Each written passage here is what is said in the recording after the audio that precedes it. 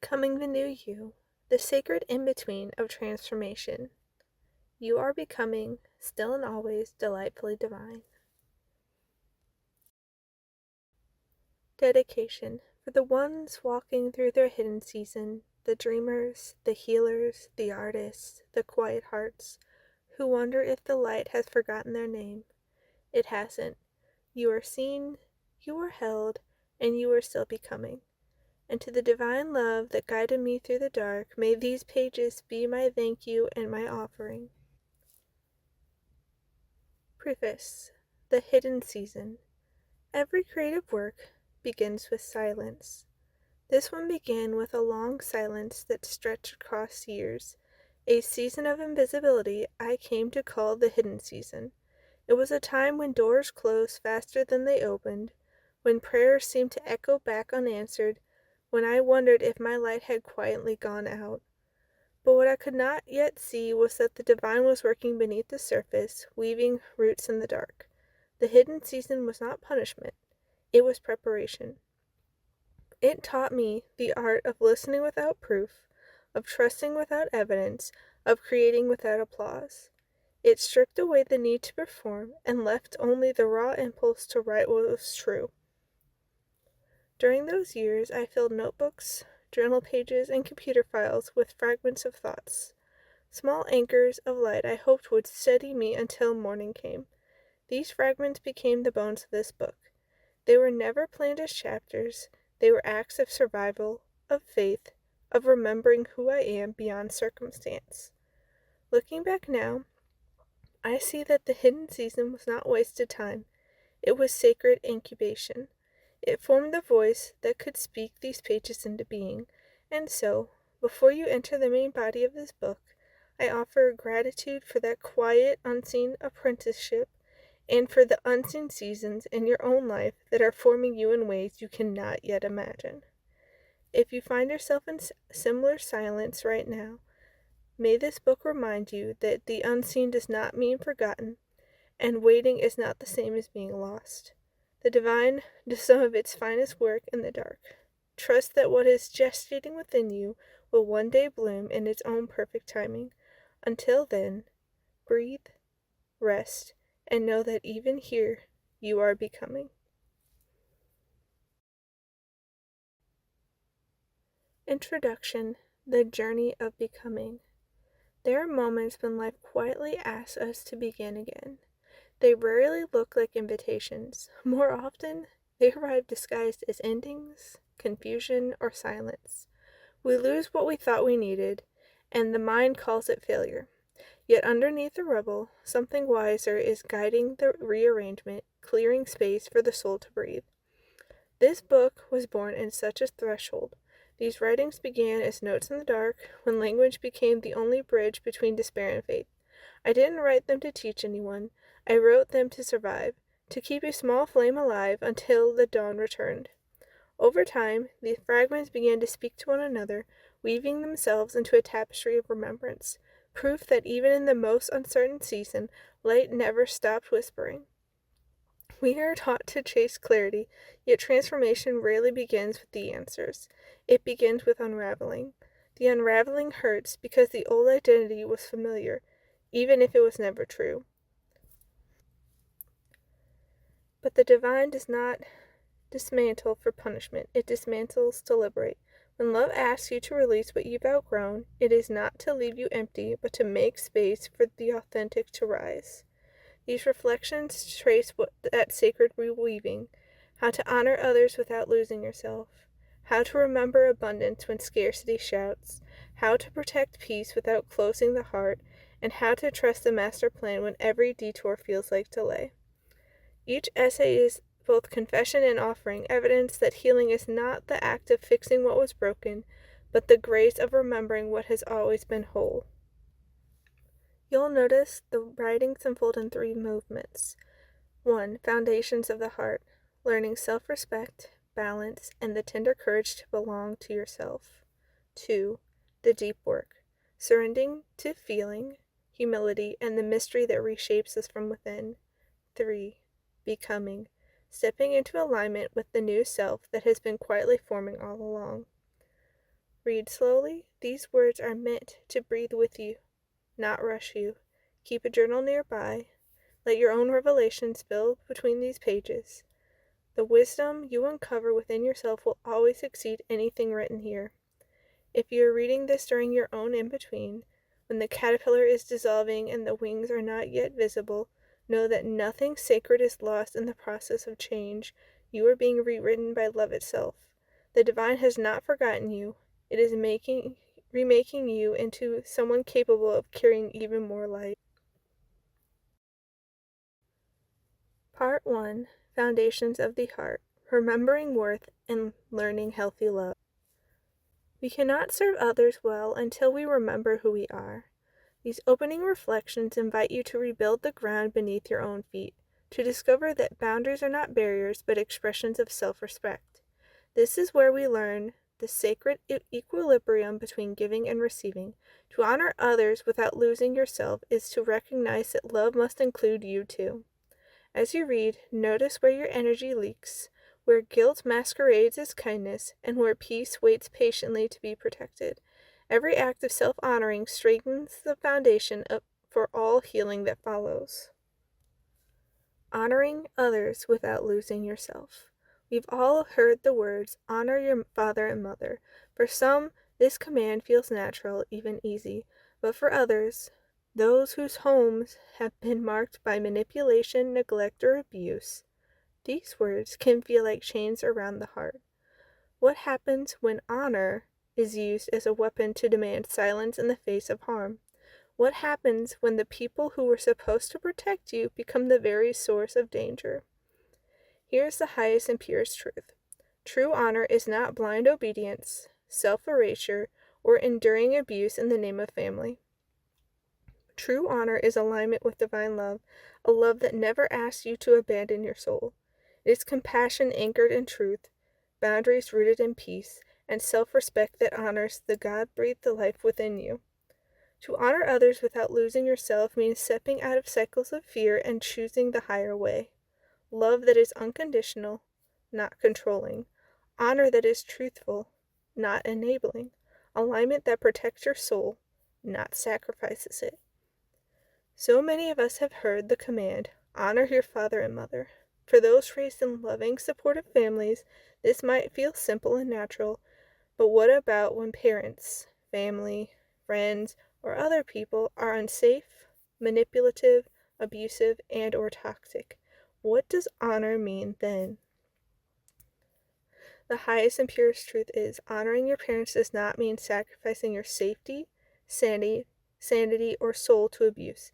It doesn't mean blind obedience, giving them unlimited access to you, or pretending harm isn't real. The divine never commands people to stay in bondage or danger under the name of honor. A personal reflection.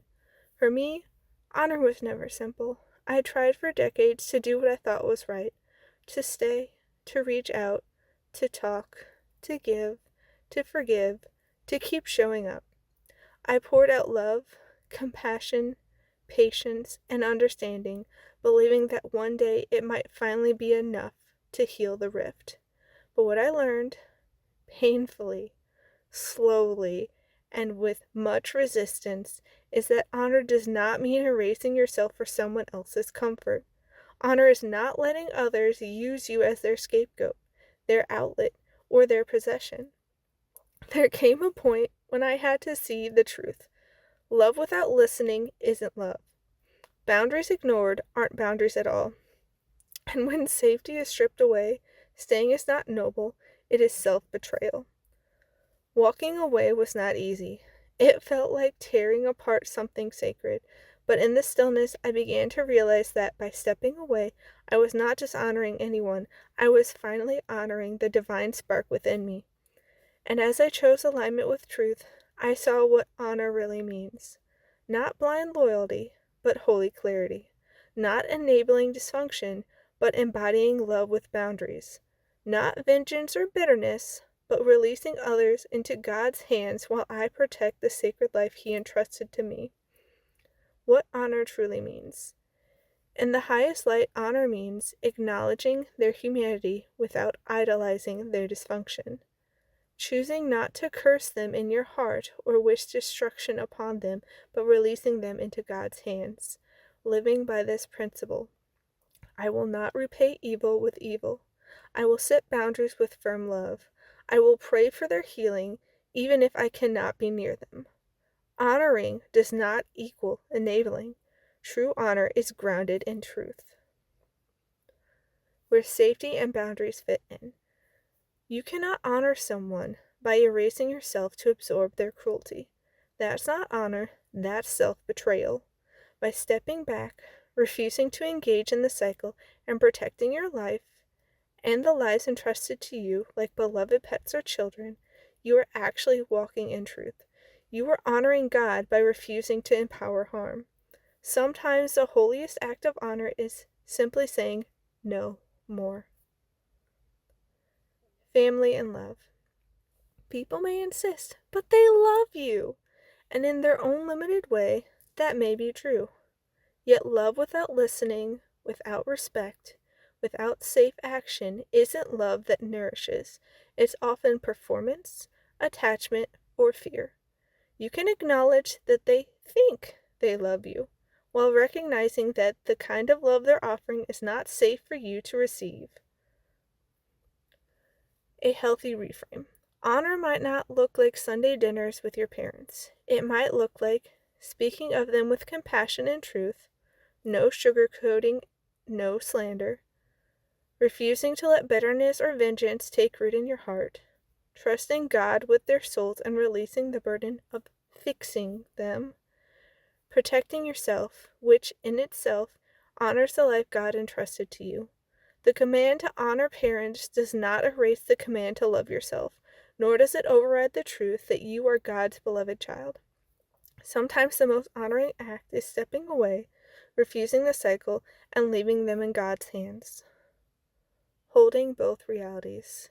Yes, they could change if they chose to. No, you're not obligated to wait in harm's way until they do. Outsiders may never fully understand, and that's okay. Their advice often reflects their limited view, not your lived reality. Honoring God's command means keeping your heart free from hatred, not keeping your body in unsafe places. A boundary blessing.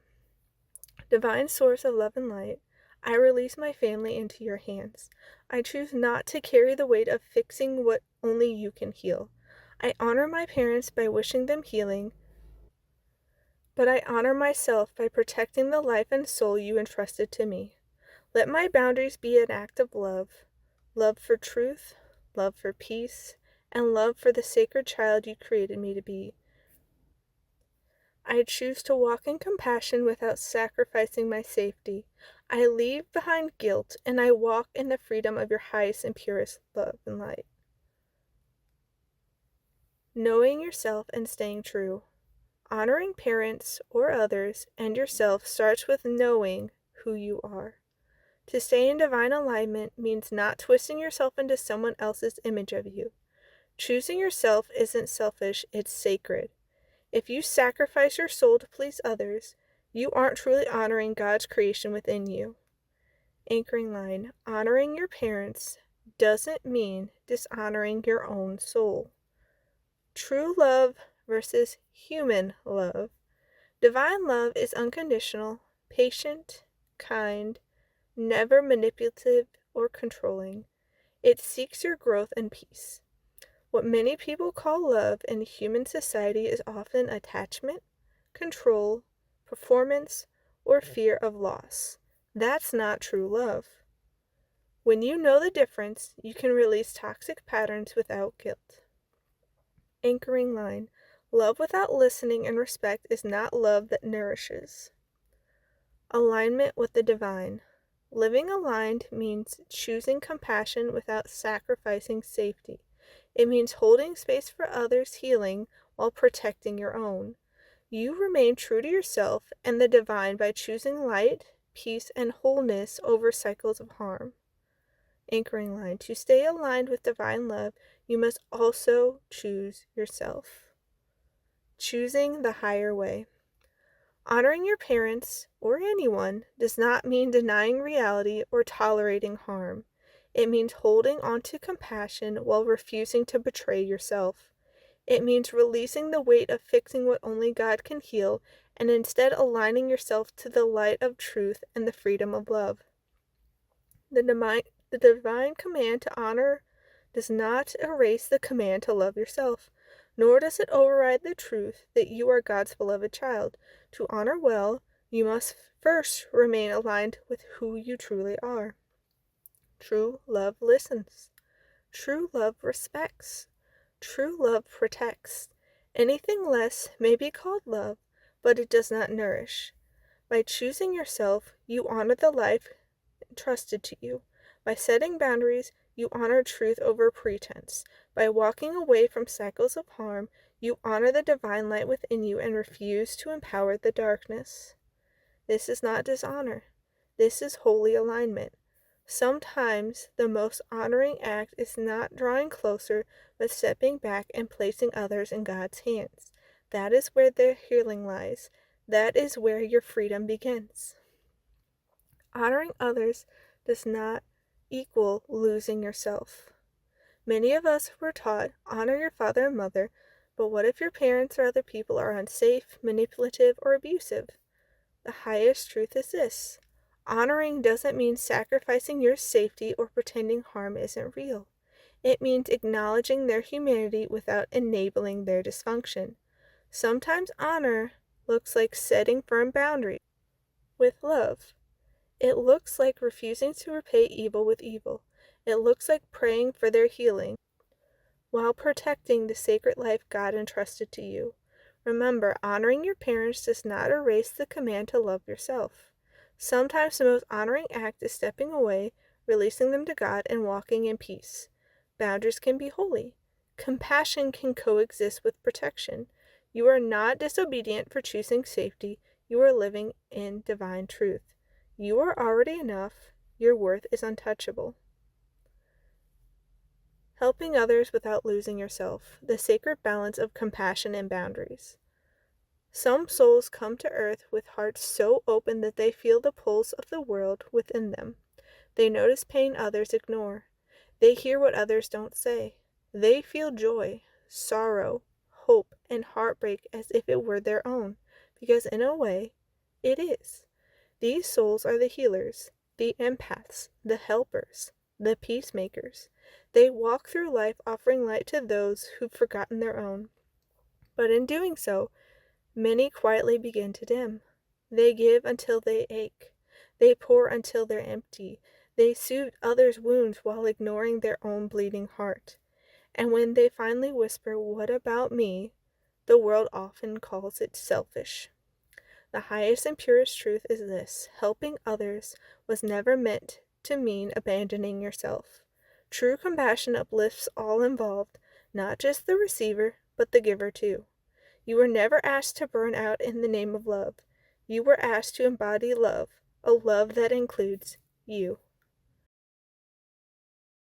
The myth of selflessness. For generations, society has glorified the idea of self-sacrifice, the silent giver, the one who always puts others first. But selflessness, without boundaries, isn't holiness, it's hallowing. When you erase yourself in the name of service, you teach others that your needs are optional, and you solely forget that they ever mattered. Helping others is sacred, but losing yourself is not devotion, it's disconnection from your own divinity. The divine doesn't need more martyrs. It needs whole, grounded, radiant beings who can give freely because they are filled with light, not running on fumes. Anchoring line. Real love doesn't ask you to disappear. It asks you to be fully present. Where true compassion begins.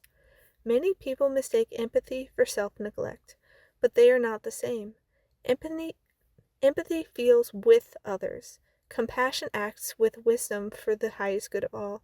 When your empathy flows without grounding, it turns into exhaustion.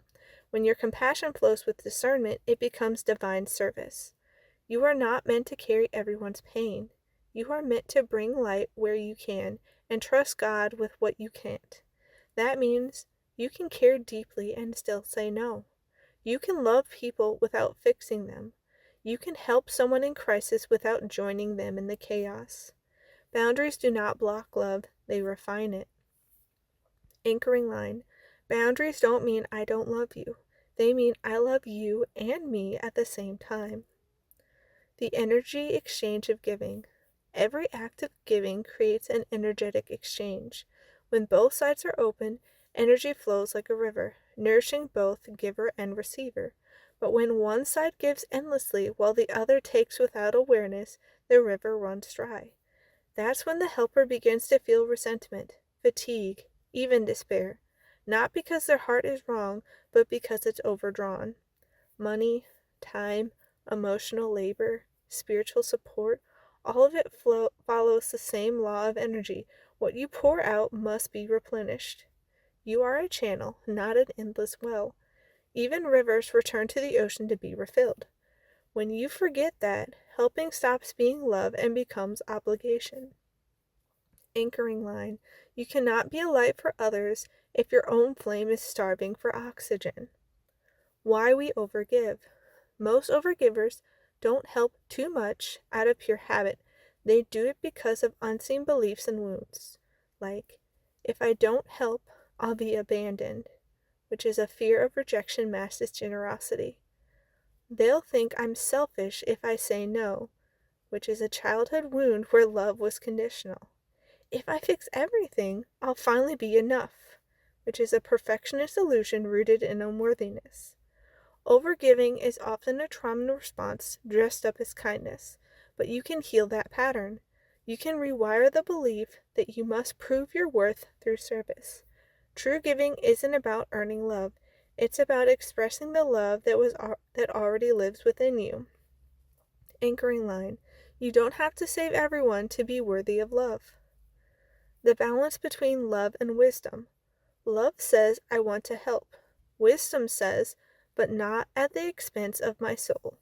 When love and wisdom walk hand in hand, miracles happen. When they separate, suffering begins. Sometimes wisdom will guide you to step back, even when your heart wants to lean in. That's not coldness, that's clarity. Love without wisdom drains. Wisdom without love hardens. Together, they create compassion, love in its highest form. Anchoring line. Wisdom is love's guardian, and love is wisdom's heart. A personal reflection. I know what it feels like to pour from an empty cup. I've given time, energy, and compassion, even when I was running on fumes, believing it was the right thing to do. I gave so freely out of love, but rarely would it be reciprocated. I believed that I was doing a necessary service, so I was happy to do so, but it came at a great cost, ultimately leading to horrible burnout. But over time, I realized I wasn't helping others heal. I was teaching them that I didn't matter. I kept waiting for the world to give back what I so freely gave, but it rarely did. And that's when I learned the truth. I had to give myself the same love I was trying to give the world. The more I began to fill my own cup with rest, solitude, creativity, prayer, and joy, the more powerful my help became. My light grew stronger because it was connected to source, not obligation. Now, when I help, it feels like flow, not force, like abundance, not depletion, like love, not pressure. Yes, it's important to love and help others, but you also matter. Fill up your own cup, and then you're able to be better help for others and yourself. As the saying goes, treat others the way you want to be treated, but also love thy neighbor as yourself. This means that you also show yourself the same love you give others. Anchoring line. You don't need to choose between being kind and being whole. You can be both. Giving from overflow, a divine model for service. The divine gives endlessly, but it also rests. Creation moves in rhythms of flow and stillness, giving and receiving day and night. If even the stars withdraw into darkness before they shine again, why do we believe we must glow without pause? True giving is cyclical. It moves like breath. Inhale, receive, refill, reconnect. Exhale, give, serve, share. To only exhale is to suffocate, so let your giving breathe. Let your generosity rest. The world will not collapse when you do. It will be blessed by your renewal. Anchoring line. Your rest is part of your ministry. When helping hurts, the spiritual cost of overextension. When you overgive, you teach others that it's okay to take endlessly. You attract those who thrive on your energy because they haven't learned to find their own. And in doing so, you risk confusing compassion with codependency. Love without discernment can become a form of self-betrayal, but discernment without love becomes cold withdrawal. The balance lies in sacred truth. You are responsible for your energy, not for managing everyone else's. When you pull back, it's not rejection, it's correction, returning to balance so that your giving remains rooted in truth. Anchoring line. Healthy love heals. Unbalanced love hides a wound. Reflection prompts for sacred givers. Take a few minutes to breathe, journal, or simply ponder. 1. Where am I giving from fear, guilt, or obligation instead of genuine desire or alignment? 2. Who drains my energy, and why do I still feel responsible for them? 3. What would it look like to give only from peace, not pressure? 4. How do I want to feel after helping someone, and what changes would make that possible? 5. What would it look like to help others and honor my own needs? 6. Who gives to me, and am I allowing myself to receive it? 7. How can I refill my energy today before I offer it again tomorrow? Affirmations. I honor myself as deeply as I honor others. My compassion includes myself and my own heart. I give from overflow, not depletion. I trust that love flows in both directions. My boundaries protect what is sacred. Every boundary I set creates space for deeper love and growth. I am worthy of rest, peace, and support. It is safe for me to rest, even when others still need my help. My worth is not measured by how much I give, but by who I become in love. When I care for myself, I amplify my ability to care for others. I am a divine vessel, not a drain, not a doormat, but a channel of sacred reciprocity. Pause for a moment after reading these words aloud. Feel the truth of them settle into your body. Let your breath remind you that receiving is giving. Inhaling the energy that sustains you so you can exhale light into the world again. Anchoring line. Balance isn't selfish, it's how love stays alive. A blessing for helpers. Divine source of infinite love, thank you for the heart that longs to heal and uplift. Help me remember that I am not the world's savior, but a vessel through which your love flows.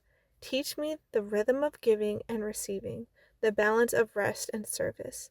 Let my boundaries be sacred, my energy replenished, and my help guided by wisdom, not worry. May I shine so brightly that my light nourishes others without ever dimming my own. So it is, and so it shall be. A blessing for givers. Divine source of love and light, thank you for the heart that longs to serve. Teach me the balance between giving and receiving. Help me remember that love expands when shared, but only when rooted in truth and peace. Let my help flow like a river, gentle, steady, and replenished by you. May I uplift others without losing myself, and may my own light shine brighter because I honor both. So it is, and so it shall be. The ripple effect of balanced love. The world doesn't need you to give everything. It just needs you to give truthfully. When you serve from a place of wholeness, your energy heals more deeply than any forced effort ever could. Every time you refill your cup before pouring into others, you teach the world what healthy love looks like. Every time you rest instead of overextending, you whisper permission for others to do the same. Helping others doesn't mean losing yourself. It means finding yourself in the act of love that honors all. because love that excludes you isn't divine, it's distorted. Helping others is holy, but losing yourself is not. The world needs your love, not your burnout. Your presence, not your perfection. And you, dear soul, were never meant to disappear in your giving. You were meant to shine through it. So keep giving, but give wisely, freely, and joyfully. Fill your own soul until it overflows, and let that overflow bless others. Because love that includes you will always multiply, and that's the kind of love that heals the world. Anchoring line. To heal the world, start by loving the part of it that breathes within you. Helping others without losing yourself. Some hearts are wired for giving. They feel everything, the joy, the ache, the hidden pain in another's eyes. They listen, they comfort, they carry, and sometimes they forget to rest. We've been taught that loving others means neglecting ourselves, that good people always say yes, that exhaustion is a sign of devotion. But the highest truth is this: you were never asked to disappear to prove your love. The divine never called you to burn out, only to shine. Helping others isn't wrong, but losing yourself isn't holy. It's heartbreak wearing a halo. True compassion uplifts both giver and receiver. It's love in balance, the kind that breathes, restores, and multiplies. If you've been pouring from an empty cup, pause, breathe, refill. You are part of the equation too, and love that includes you will always heal more deeply than love that forgets you. Anchoring thought. To heal the world, start by loving the part of it that breathes within you. So, I hope that you enjoyed that little taste of my first book that I wrote about this whole process that I've been going through. It's been a lot. And if you would like to explore more, feel free to check out the links, and you can find a physical copy of the book on Amazon, or you can get a digital copy through Gumroad. And I am wishing you all a wonderful rest of your day. Please take care.